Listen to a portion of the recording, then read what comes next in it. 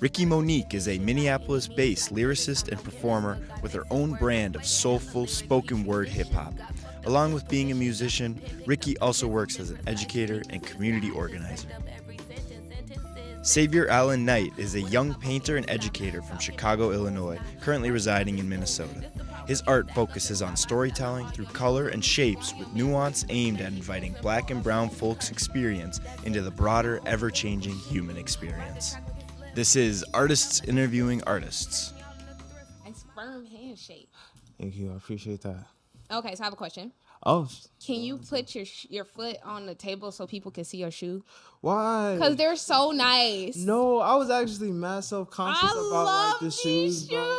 I was stewing. It was like the Kenzos, the Rap. These are just like regular Doc Martens with like the zebra stripes. The zebra stripes go crazy. I didn't mean to give them a shout out like that though for the free. You're right. But those shoes are fire. I appreciate that. You're welcome. Thank you. And the pants. The white, yeah, a little studious. You ate. But now you killed it. Got the little ice on it. You know what I'm saying? No big deal. Well, shit. Okay. Should we get into it? Yeah, let's do it. All right. I mean, I'll just start, but we was already kind of hitting it on the head. How you describe your vibe? My vibe? Yeah, just as a person? I mean, we think about it as an artist. All over the place. No, I'm kidding. How would I describe my vibe? Soft and vulnerable. I don't know. That's like like jazzy, soulful. I guess like in the music realm, yeah, it would definitely be more of a jazz fusion, rap, melodic rap vibe. Mm-hmm. More poetry, more poetic. Yeah, I've definitely seen that as like a viewer. The poetry is definitely present. Yeah. Like reading the lyrics opposed to like hearing it, like it's almost a different experience, but like the delivery. So that's why I was kind of like wondering like what would you call it before I started calling it what I call it, you know? But I definitely think it's like a lot of poetry in there. Thank you. Yeah. Okay, my turn. So I saw that you enjoy cooking. Right. And I wanted to ask, who taught you to cook? And I wanted to ask, what are some of your earliest memories of cooking? Cooking. It's funny you point that out because we don't really give it enough respect as like an art form. But like think about like the emotions and like the vibes that come with cooking. Like it's a whole performance art piece. But like one of the earliest ones you get if, you know, you having these get-togethers. You know, in my household, we was definitely cooking together. We was getting down, you know what I'm saying? Like I definitely remember Sunday being a time, like, especially when my dad would have opportunity to cook. So we thinking like the fried catfish, like sneaking a little bites on it. The breakfast, immaculate. I was definitely in there eating a little fat off the bacon, you know, getting a little pop, you know. But just being around food and being around that process was like, I don't know, I guess it's like my way of showing love and like interest, you know. And it was a way for me to connect with my family. So both my parents used to cook, but my mom definitely was. She was getting it straight from my grandma. So like at this point she's about 100% identical. So she got it on her. And then so me as an adult, like I was never struggling cooking. So it's just been something that now I neglect. But when I do it for myself and especially when I do it for others, I think that's when I'm really motivated to cook because, you know, I cook for my siblings and whatnot. So yeah, even now I see it as something to do with friends and people. And you grew up, you grew up in Chicago? Yeah, so I spent about like 16 years of my life in Chicago. Okay. And then I came here in like February 2016. It's been a minute. So I'm basically a Minnesotan. Y'all can't deny. Period. Right. That's cool. Sweet. Just back and forth. I mean, kind of going all over the place. You said all over the place, but what is it? Who inspires you? So there's a couple people, figures that are alive. That are alive. Either or, just like are there a couple people that inspire you in your work and maybe just as you as a person? Yeah, I would say right now, the coat I had on, actually, my aunt gave me that coat. And I love this story. She's one of those people who anytime, she lives in Chicago. Word. She passed away like a few months ago. Mm-hmm. But anytime she would come in town, she would, like, if there was something that you had, that she liked, she would be like, "Can I have that?" And you could say yes or you could say no. She wouldn't take it personal. Right. But she really loved having things that or important to you. I don't know what that was about, but I was like, okay. And it used to get on my nerves, Right. but I would always say yes. Just, trying to be the good little niece. Yeah, just say yes. And one day she came in town and she had that coat on.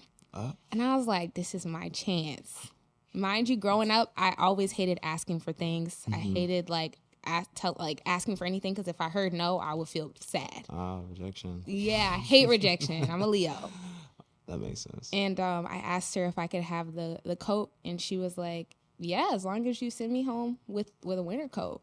And she said there in the 80s, there was a dude that was a brand new coat, his first time wearing it. And she said, that's nice. Can I have it? And he said, yeah.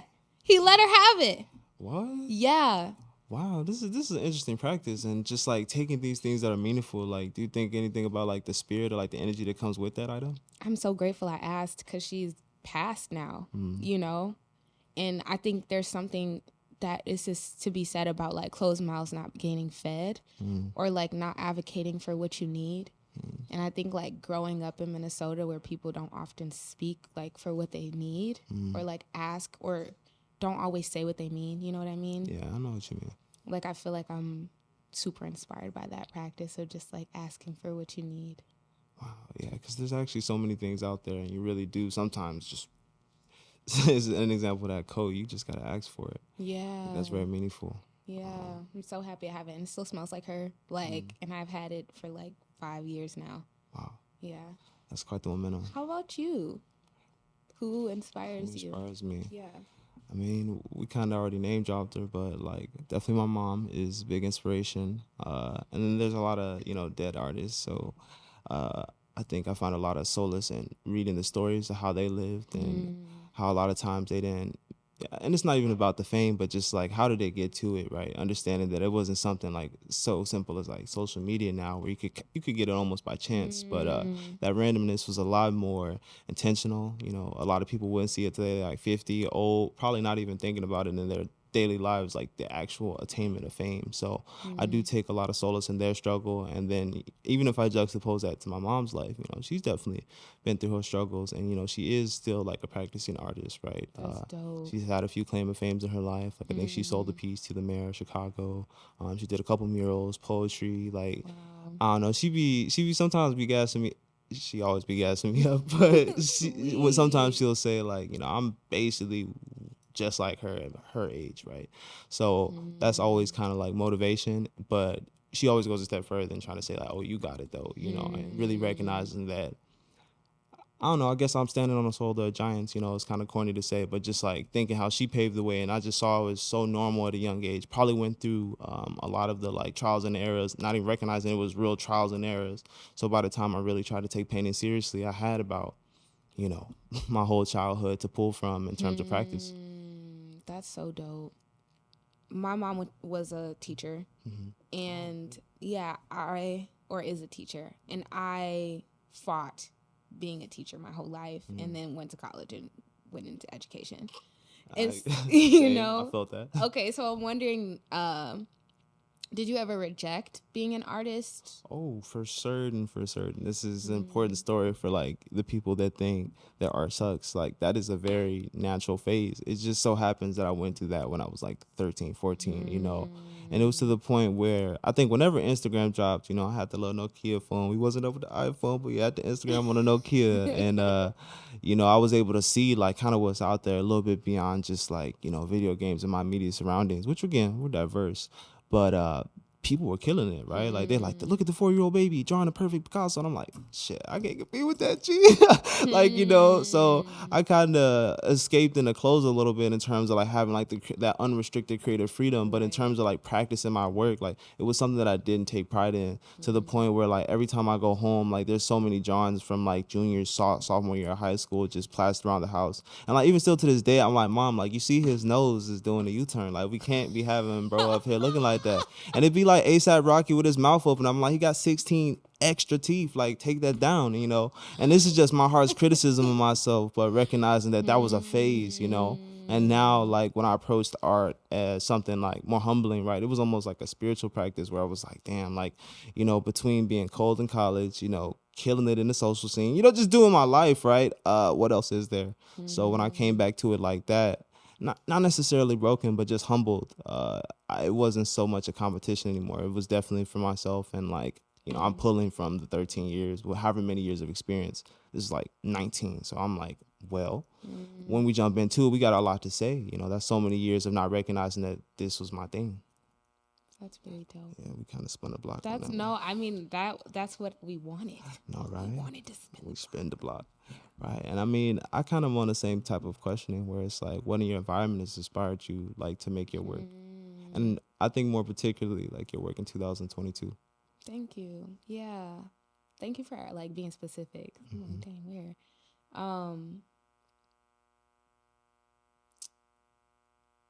I would say honestly, feeling like music has always been a place where I've gone to like hear experiences that align with mine. And I think going through like in 2017, I was in a relationship and I got ghosted. And I was like trying to find music to align with, and everybody's fuck that nigga, take his money, get money, every day all my life I had to and I'm like, I can't right this shit away. I'm hurt, No, literally. So haven't expressed that. I hope you never do. No, I mean not experience, but like you having to express that pain or that experience through music when you didn't have nothing to look around. Yeah, I didn't have like any like one to say I've gone through this too, and like the more I talk about it, the more people are like, oh yeah, that happened to me too, you know. So it's like relatable. Trying to so like I started writing because I was like, I need to like get this off of my body and off of my spirit, and then also like being someone in like a Black girl in Minnesota. And like that experience is in itself is so weird and like specific, but like not like there's a lot of people experiencing that insecurity of feeling like they're not enough, which is why I'm really grateful. Like releasing my music has shown me like there's people in India who can relate to what I'm talking about. That's for real. Like just so it was like needing to just get things off of my body and off of my spirit. And not having music to listen to that I could like be like, oh, somebody feels insecure like I do, or somebody feels these pressures that I feel. I can't find it in music, or if I can, I don't like the sound of it. I don't like the feel. I don't like the vibe. So like just being able to create my own vibe and wanting to build a world around this persona of like, what does it look like to be a vulnerable and communicative Black woman, Yeah, I think that's real deep, especially like, for starters, just the ignition to that experience or the ignition to that journey being like, what is it, a rebuke or a rebuttal to like what's going on around you. Like you really wasn't rocking with the experience or the environment in terms of music, so you really decided to pave your own. And I think that's something that I find important in my work, where it comes to like imbuing that nuance on these narratives, right? Like we cannot keep using Netflix, y'all. Like I'm trying to tell y'all this, like they not giving our stories enough nuance, right? And I mean that sincerely, because there's a lot of experiences where it's like, oh, that kind of look like mine, but then they're throwing something different, or they're throwing something where it's like a little disingenuous, or it's a little like marketable, right? But we're thinking about what are these raw experiences that like you would think like variety would afford, right? If everybody's doing music, or if it's so accessible and the internet has got us so connected, like why is there still the same thing everywhere? Right? So I think you trying to spread your story and spread your truth from writing to music is a very important process. And like we need more people to kind of undergo that metamorphosis, because I know there's some creatives out there that's like sitting on their hands, like for real. And I think writing is essential. Like I related so hard, because before I was like, all right, we finna do this art, I did like 10 journal entries where I was just like, God damn, what is there to do? Like I was very much so struggling with like, what does it mean to be like good? What does it mean to be successful? Like I'm 19 and what the hell is that? So having all these existential questions and then like asking them to the point where the only answer I had was to go make it, and go express it, right? And through those things, like I definitely look back at my art and I'm teaching myself lessons, right? So like 19, I knew something, I was on game at 19, and then now I gotta like revisit that part of myself to stay like whole, to stay connected. Getting a little off topic, but just like these nuanced narratives and like understanding that they're relatable, and there's something that as artists, like I think we do learn from ourselves. And I want to acknowledge too, like I didn't have the courage to, I wouldn't have had the courage to do it if there weren't people already doing it and who have paved the way for me.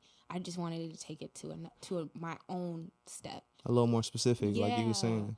Like, No Name is someone I always have to I always have to give her Definitely felt that. flowers, because if I didn't hear Telephone, if I didn't hear, Room 25, I would not be here. Yeah. Like, That's so crazy. she is, I stan. No, and again, like I ain't there, but I was like juxtaposed to those experiences, right? Like when Chance was dropping those albums, like I was in 8th grade, like just again, like kind of like show a little bit about my story. In Chicago at Yeah, the time. yeah. Damn. I went to Whitney Young, great high school, was the #1 diverse high school in the nation 2015. So it's just like I'm meeting a lot of cool people there, but like it was in the same type of like high school circuit as like the schools that Chance the Rapper went to. So it's like when the music was dropping, when the culture was like shifting towards this, like this is what's new, this is what's hot, and watching it go from like it's cool amongst like seniors to being it's like cool across the nation. Like these are not the experiences we trying to model after, but really seeing the impact of one person's nuanced experience, right? Right. And it's kind of crazy to think. All right, let me just segue into this question where when we're talking about like our impact, like how do you deal with that? I know a little bit about your story. I think like, you was posting your music 2022. You had this like real busting project. I don't know what got reposted, but you had a little viral moment. And just like, how do you deal with like that impact? Because I was looking at the comments on the music video on YouTube, and them people love you. Thank Like the you. music, what you're saying, like you're reaching them. So like, how does that make you feel?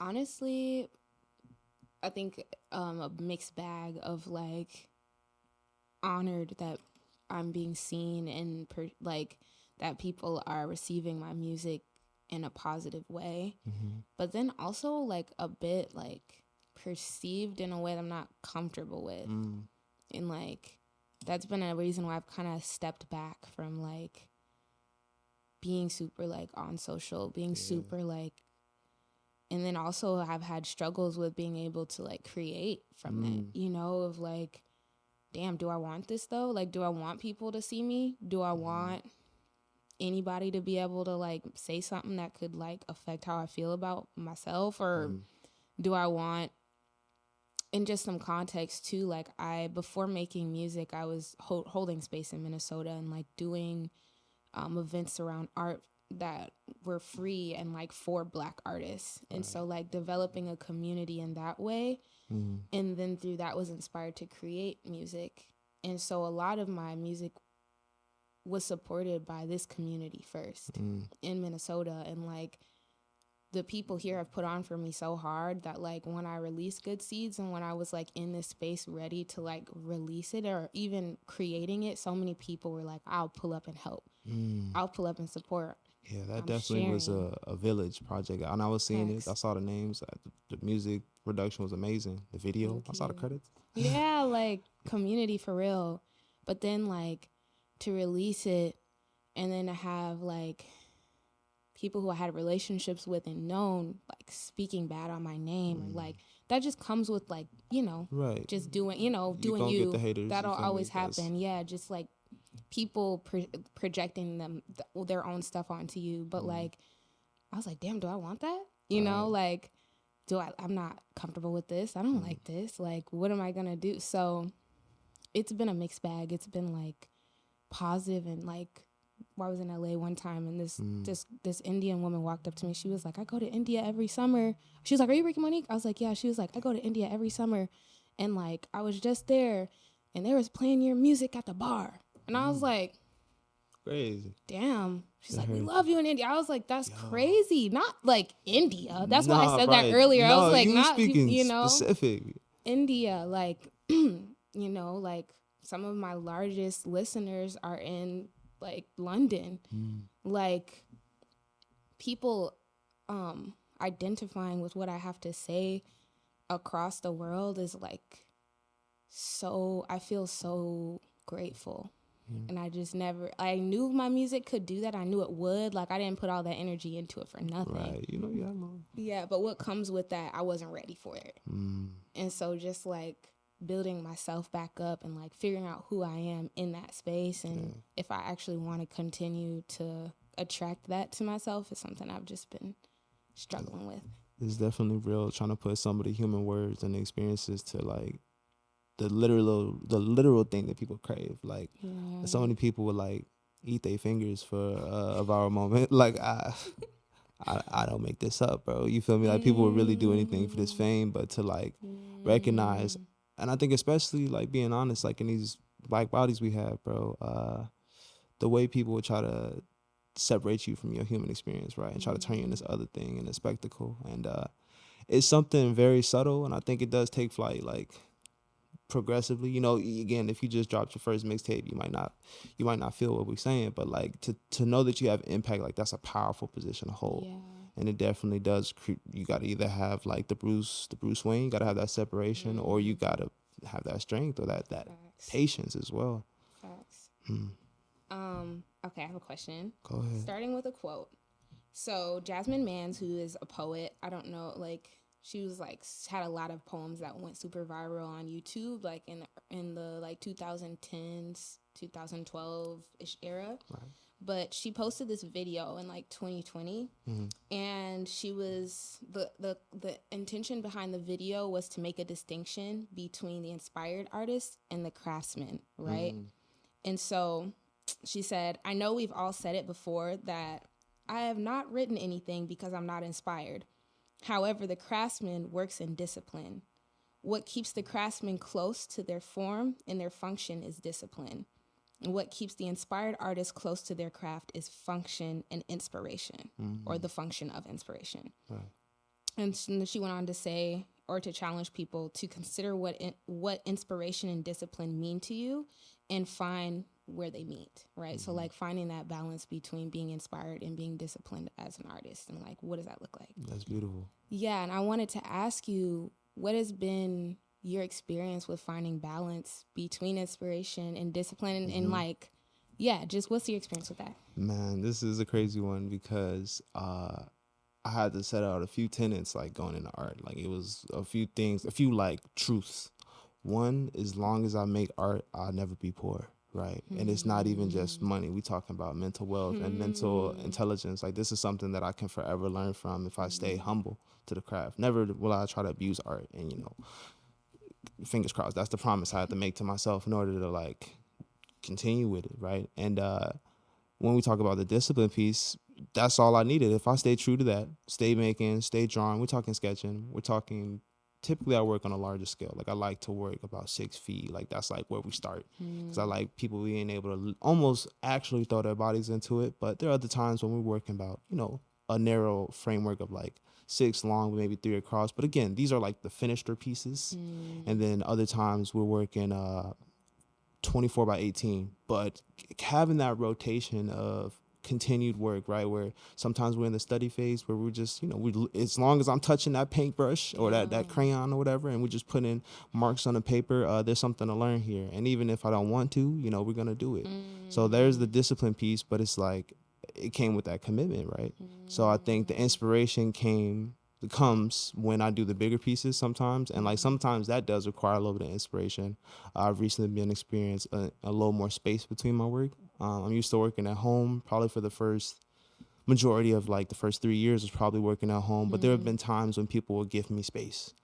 So I had some space at Hamlin University. Shout out Andrew Wykes. You know, he's a very amazing landscape painter from London. But again, he gave me the whole classroom. So I had that first summer, and that was a lot of time to just push out work. So that's where the discipline comes from. The inspiration, the like, did I cook? You know what I'm saying? There was a couple failed dishes in the kitchen. But even keeping with that practice, you know, sometimes I paint over the canvases, and sometimes that's like a function of like financial need. Like, you know, we got to just do something to keep my hands busy. So I'll like paint over something. But really it's like I'm taking some of the discipline, whatever was good out of that little practice, and trying to like spark that together to be inspired, you know? So I guess when we think about it, like when you do the work so many times, like you can eventually look back and just be self-inspired sometimes. And like you really see like yourself developing as a person. And it's kind of just like a plant that you got to water. But then there are times when you're like, oh, actually, we just gotta like snap real quick, or we got something to say, you know. So thinking about now, 2024, right? I just had an exhibition at the University of Minnesota. You know, first solo. You know, that was a wonderful experience. It was called "What's Really Going On," and so you know, I was inspired by the Marvin Gaye album, which kind of came from a place of like, I just need a place to grieve, you know, thinking about what's going on in the world. So the inspiration piece is just like a transmutation of emotions, but the discipline and like looking back on these experiences of doing the art, at some point they meet. And when they do, it's like, it's kind of like that God and David moment when they like touch, and it's really like something beautiful, but the discipline is always there. Dope. What has been, if you could think, I don't know, like the longest that you've gone where you're practicing, you're making stuff, you're being disciplined, but you didn't make nothing you liked? Like the longest time frame you feel like you've gone? That's an interesting question, because I do have the kind of, like I was saying, that I went beyond the phase of like disliking my work. So there's always a immediate affection of like, ooh, this is kind of spicy. Like, oh my God, I can eat this every day. And then you eventually like, oh, this shit is ass. And you know, you like take a step back. That's real. Right. So it's more of a just like, I be just like, oh, I did it, you know, look at Pinocchio, and then eventually I'm bored of this shit. And we move on, you know, we paint over it or we learn from it, right? So these experiences are never like, ew, I cannot stand what's going on right now. Period. But I think for now, I've been recently running into this dissatisfaction with doing figures, right? I think there's so much I can say with the Black body, and I think it deserves as many iterations and representations as it can, just because, you know, we just got such a rich culture. We just so spicy, you know what I'm saying? But I think I'm trying to approach abstraction. So if we talk about dissatisfaction, like it comes and goes. There'll be little moments when I'm like, I got to do something different. And I think, how long has it been for me, like, being in that phase? There'll be, like, weeks. I don't think I've ever went, like, a whole month of, like, being dissatisfied. So, again, like, not liking my work would be me not working. Like, I'm not working right now. We're reading, we're sketching, you know, but we're not really putting nothing out, especially when it comes to that paint. Period. Yeah, I guess our practices are so different in that way, too. I didn't think about, like, it takes a long ass time to like layer and shade and all of the things that you have to do to like complete your painting. Right. Sometimes you got to just stay engaged, right? So even doing the works on different scales helps you have access to that, I don't know, that thrill that you might get from doing the work. So I do think something special about painting is that it's the process, but oftentimes, like for music, it may be the performance, right? Like that may be the moment when you feel like most engaged with the work, or maybe you're in a studio and you're really trying to unearth those feelings.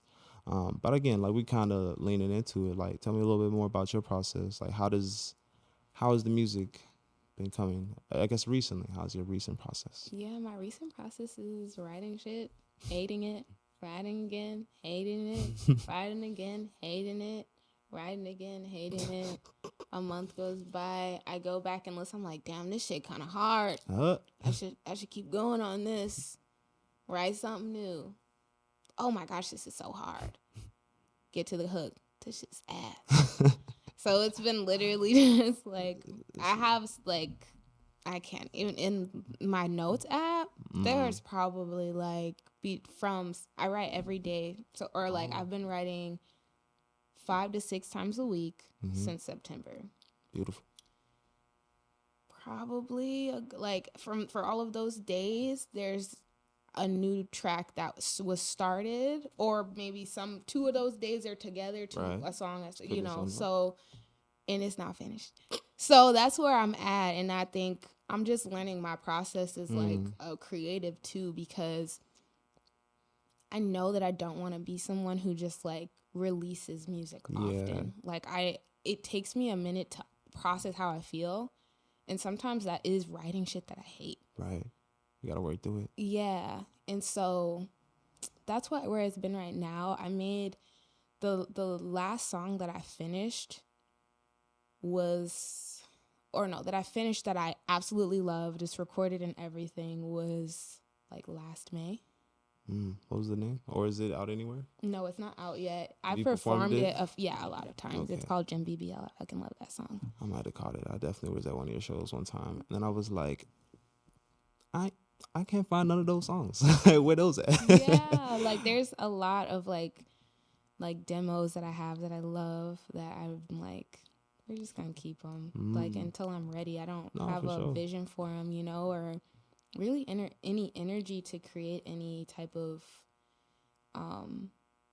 content to promote it. And I really love I love the process of photo shoots, you know, Right. I was about to get into language, that. naming. Yeah, it's so fun for me, but I'm not feeling it right now. Like I'm starting to get back to like working with the designer to create some looks for a shoot for possible cover art in the future and stuff like that. But besides that, I'm not really in the space to start thinking about rollout.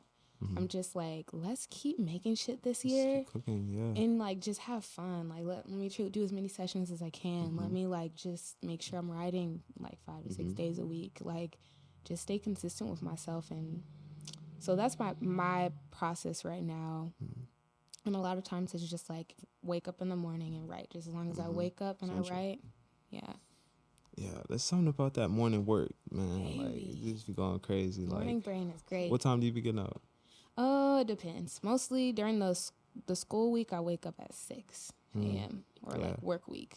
Right, so yeah, I'm on the same timing. I Yeah. mean, sometimes I'll be sneaking in at 4 a.m. Like that was back in the day, like during COVID. Like 4 a.m. to 12 was like the most productive time in my life. And if, bruh, I could do several people's taxes in that time frame. Like I just think, you know, if you give me some monotonous work, I can get it done. So it helps to have a good schedule to be disciplined.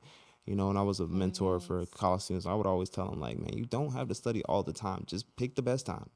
You know, and if that happen to be intersect with, you know, your plans, then you got to make a choice. You finna do 4 long hours or you finna be locked in for this too. But yeah, just really kind of learning that process is something that's beautiful, and it's definitely changing, right? Yeah. You know, how's this experience compared to like what you put into that project in 2022, seeing as that was like your last like It's the same. out there? It's the same thing, Yeah, the same like, level of craft. It took me like 2 years to make that music. Like it was quick once I got into it, but it was like the amount of time that I went without making anything that I liked was a pretty long time. Pouring it in. And then I linked with a producer I loved. We just like made that music really fast and not even intentionally. It was just a vibe.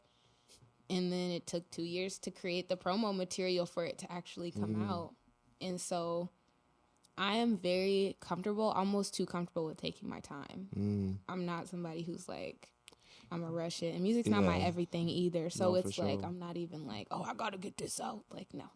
Yeah, no, you could definitely take a few lessons from Frank on that. You know, he really just to be out of the scene. And But, we be waiting. We're going to wait. just be patient. You feel me? Yeah. Like you definitely just have some people dedicated to you, right? And you know, you definitely made a fan out of me. You know, running them streams up. Period. Thank you. No problem. I have a question.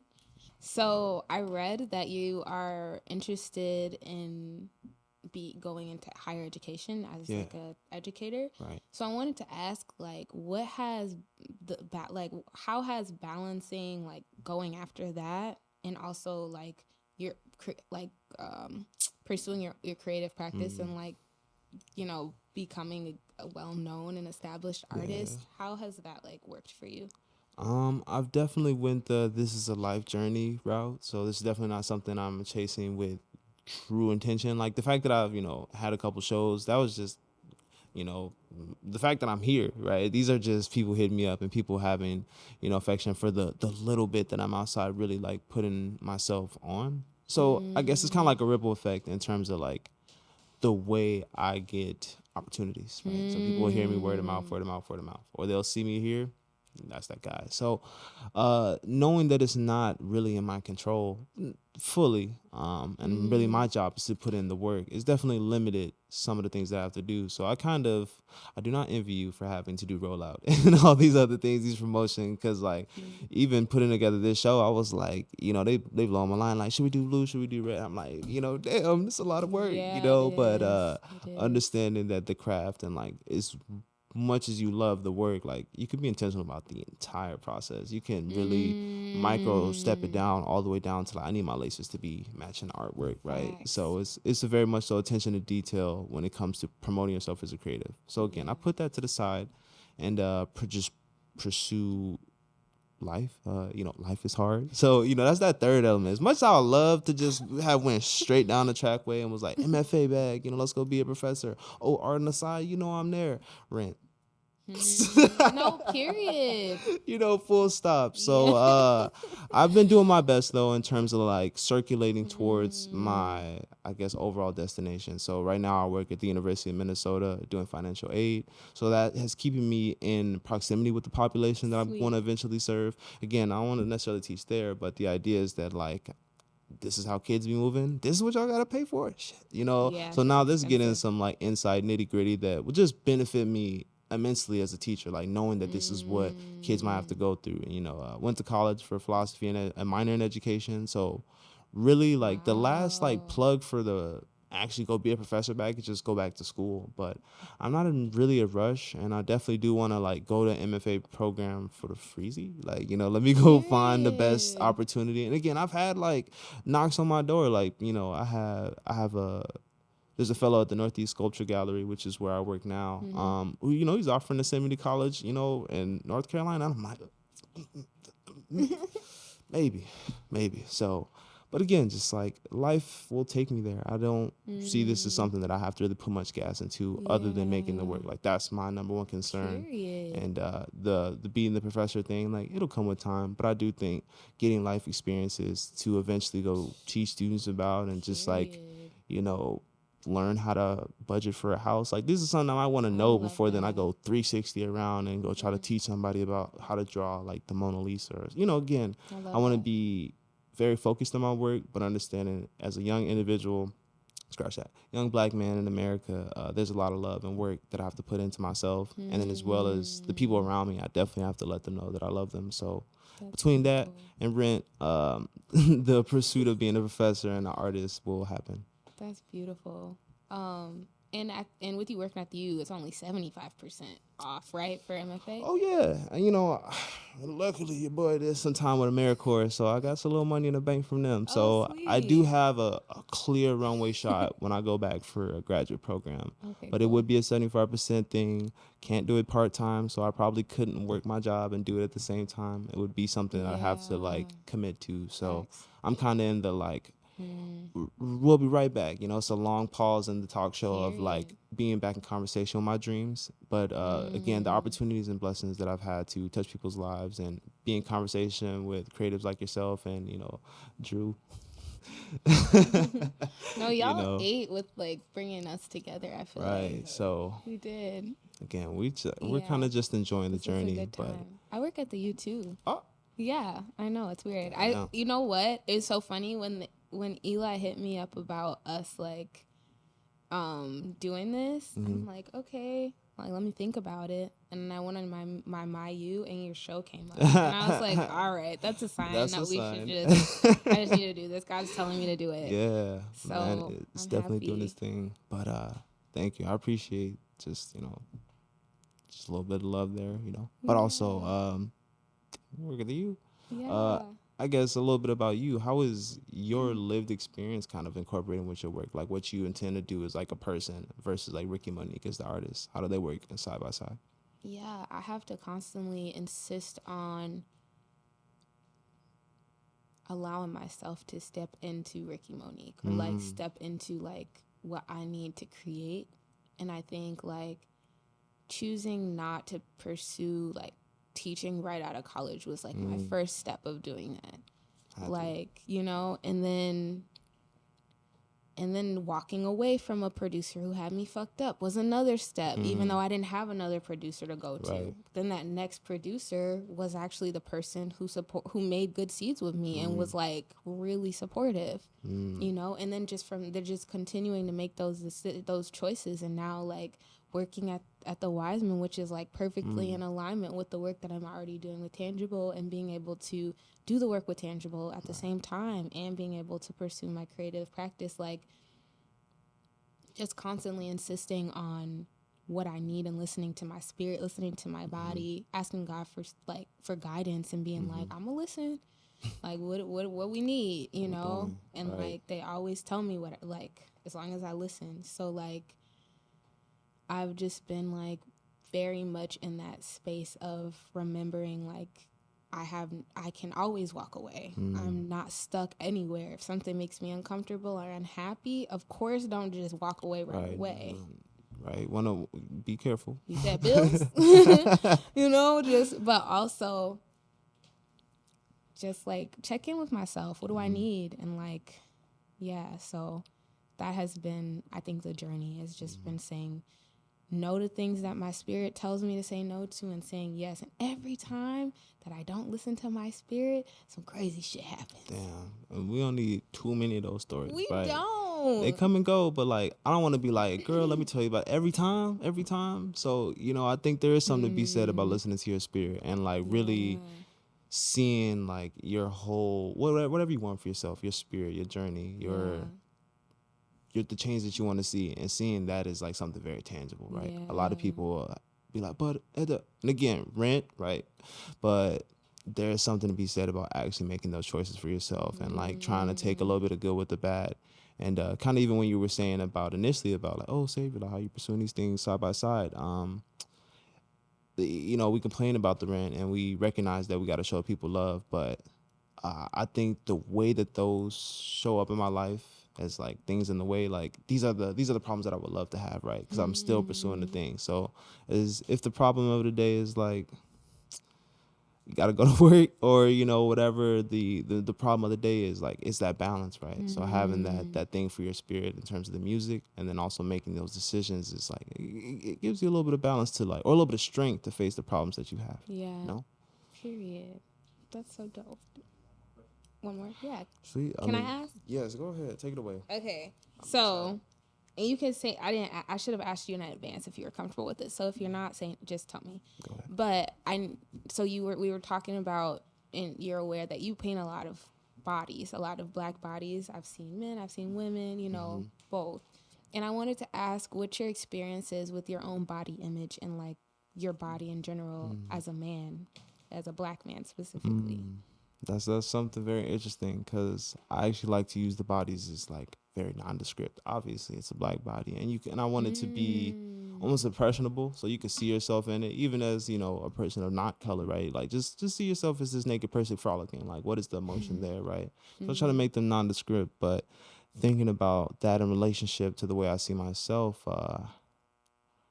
I grew up in the background. I was not the center of attention. So, when we get the love from the work, or you have people say meaningful things, or you have people go up to the show talking to my friends like, Savior, like, I don't really, it's kind of weird, like receiving this love. So I think my relationship with my body is kind of something that I on and off love, and seeing that the world is not necessarily the place that is really excited to love a black man, for a number of reasons, right? And we're talking about the way the narrative is going historically, and then the way we present ourselves in the media, and the way black excellence and the flaws with that, to think that we have to achieve something in order to be seen as human. Period. I reject all that. I rebuke. So I definitely find myself trying to redefine what black masculinity is in 2024. And so these figures, I leave them open-ended and very impressionable so that people can see themselves in these different phases of changing. So I'm definitely changing, trying to be for the better, to love myself more, literally, mentally, spiritually. But these figures are expressing them as a way of love, so it's just, I need some more of that for myself. It's felt. Yeah, like seeing your work, it's felt like that love is present. And I was looking at one of your paintings recently, and I was like, damn, like the figure looks so beautiful in the position there of like kind of like this a little bit, and I was like, I think I know which one you're talking about. I want to pose like that, like I'm like, I want to do that now. Like it was so beautiful. It's the grace. Yeah. Right. Grace, period. But yeah.